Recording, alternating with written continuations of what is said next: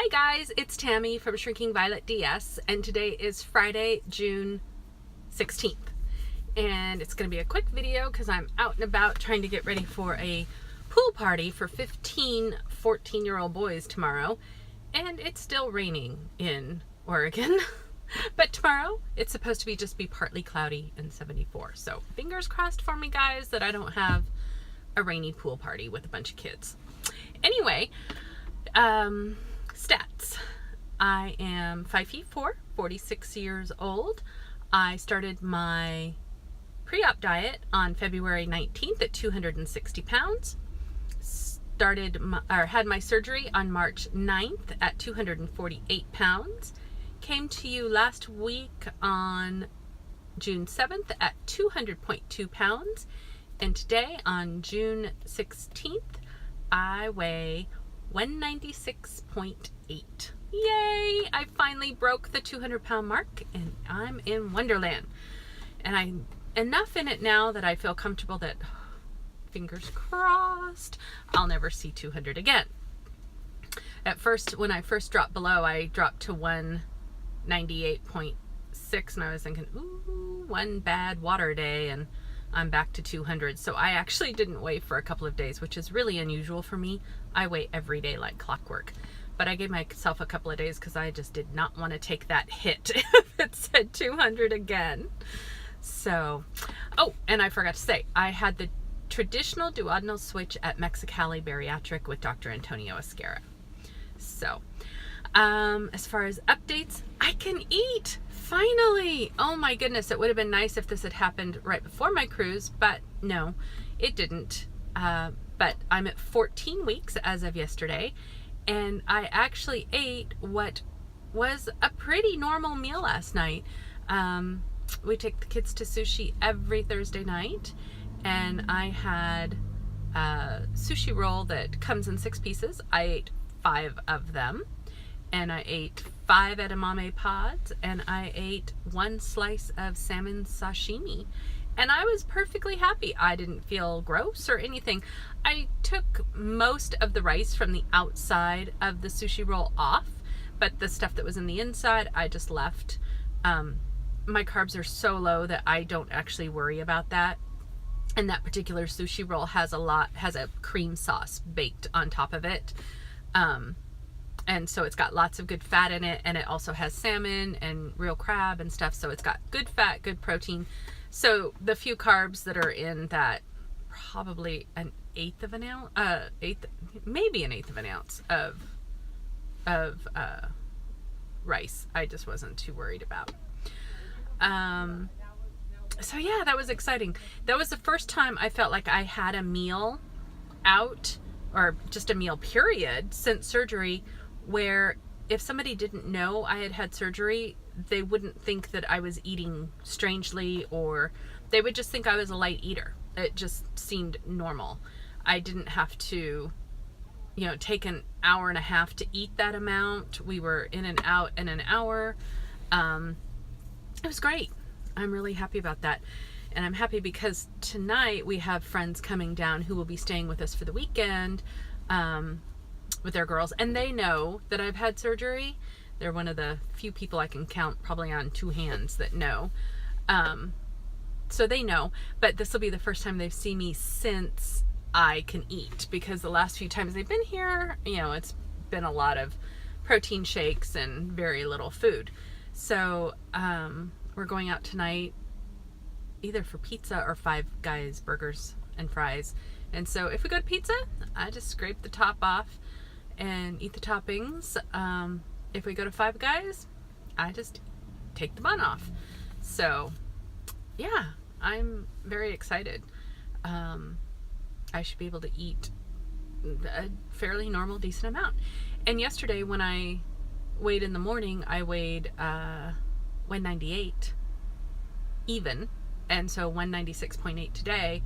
So obviously it's not like my body held on to a whole lot because I ate normal food. It actually let go of more. So yeah, that's very exciting for me. I cannot tell you, I felt like I was a really slow healer, or I guess a really average healer, which to to me is slow because I don't like being average. I like being fast. It's just the way I tend to do things. I get things done, over with. I always tell the kids that I'm the laziest person I know, and that the reason I work hard isn't because I like to work hard, it's because I don't like to work and I want to get it done. That's how I feel about healing too. I just want to get it over with. So the downside is now that I can eat more normally and get my protein in a lot more easily, I'm going to have to start doing my strength training because I don't have any excuses anymore. I'm still not going to do much in the way of cardio because it's not so much that I want to burn off the calories that I'm consuming, because I still don't consume that many calories. But I do want to convert that protein into muscle. So that's what I'm going to start doing. I may, I get my exercise in by just walking and running around and doing my daily stuff. Maybe once I reach goal, then I might do more cardio. We'll see. Supposedly it's going to take 2,000 to 3,000 calories a day for me to maintain my weight. So once I'm eating that many calories, certainly I should be able to do some working out. But until then, I'm happy to just do what I'm doing and add in a little strength training. So, protein. So my goal up to this point was 90 grams. I did the thing where you try to get 30 grams a day in the first 30 days, minimum, more if you can, 60 grams a day minimum in the from 30 to 60 days, 90 grams thereafter. And if you can maintain at 90 grams, that's fine. However, as a duodenal switch patient, because I malabsorb, if I can bump that up to 100, 150, that's even better for me. And so I am consistently getting 100 grams a day, at least now, so that's good. That makes me happy. And I'm wondering if that's contributing to my weight loss as well. And I've also bumped up my fat as much as I can with healthy fats, avocados, olive oils, full fat cheeses, which is not, the best fat, but it's also not the worst fat. Macadamia nuts, still eat a lot of those. It gives me that nice crunch and salty, and it's just good texture for me. It makes a good snack. Snacking. And smoothies and big ass salads. They are all over YouTube these days, aren't they? The whole hullabaloo with Dr. V, and he's created quite the controversy. It's very interesting. I wonder if he's more controversial because of the interview that he did with Finding Elizabeth on, the name of her show is just escaped me. The Naked Truth or the Lighter Side. I can't remember what it's called. I think it's The Naked Truth. I watched it. I thought that he came off cocky, but I always think he comes off cocky. That doesn't mean he doesn't know what he's talking about. But to me, what it sounded like he was doing was giving a speech, making a video, which is what he usually does. He's not accustomed, I don't think, to a give and take conversation, which is how her show is designed. It's an interview, really. And he seemed to be treating it more like a monologue. And so that definitely created a lot of controversy because people saw it as being arrogant and rude, which it did come off that way. I don't necessarily think he meant for it to come off that way. But anyway, so a lot of people are doing the smoothies and the salads. For me, that wouldn't work. For one thing, as a de-esser, I've got to have all that protein. I cannot live on vegetable carbs.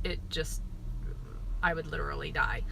And if I eat a smoothie in the morning, I could do it as long as I put a bunch of protein powder in it. So I got 30 grams of protein in it. But I'm happy with my protein shakes. They're quick, they're easy, not a lot of fuss. I throw some Super Greens powder in with them, and that's good enough for me. As for a big ass salad for lunch, I can't eat a big ass anything, let alone a salad. And if I did, I would have no room for protein once again. And so I'm pretty sure my weight would stall. And I know that I would have no energy whatsoever. So yeah, I stay away from salad for the most part. I will have a bite or two just because I enjoy the crunch and the freshness and the coldness of it. But I couldn't have it as a meal. I still have to make sure that my meals are protein centric, so to speak. So yeah, he's got some great information in his videos. I think he's really good. I love the fact that he educates his patients and he wants to educate the WLS community. I think that's so important. It astounds me. I'm a autodidact. I'm the type of person who teaches myself no matter what I'm doing. I want to do research and I want to know exactly what's going on and what to expect and the best way to do things. Not everybody's like that. A lot of people, people learn in different ways. Some people learn by reading, some people learn by doing, some people learn by listening. So a lot of people need someone to tell them what to do. And I think it's great that he's there to do that. Dr. Matthew Weiner also there to do that. So I really do appreciate that. And that he's got all of his videos on Facebook, and I do watch them, and I think he has a lot of good stuff to say. I loved hearing, exactly where my sleeve was located and how big it was. That was fantastic. And I loved the, the visual aid of how much to eat using my fingers. That was really easy too. That was very handy for me. And him explaining exactly where my sleeve was made me understand why, when I would start to feel sick, I wanted to take off my bra because it was pushing right on my sleeve. So now when I'm gonna have a big meal, I make sure that my bra is already on the loosest setting, and as soon as I get it in my car, that sucker's undone, I have to tell you, and it greatly aids in my digestion. So I wouldn't throw the baby out with the bathwater with Dr. V. His personality might be a little abrasive to some people. He's a surgeon. They're very tend to be very confident people in their opinions. I too tend to be a very confident person in my opinion. So I have no problem taking what I think is good advice and leaving what I think is bad advice. And personally, I think that that right there is great advice for everyone. Take what works for you, leave the rest. All right, you guys, have a great weekend. If I have any male subscribers, I'm not sure if I do, but if I do and you are a father, happy Father's Day. For the rest of you, have a nice start to the summer. I bet anyone with kids, your kids are probably getting out of school this weekend and the craziness is going to start. I will talk to you later. Bye.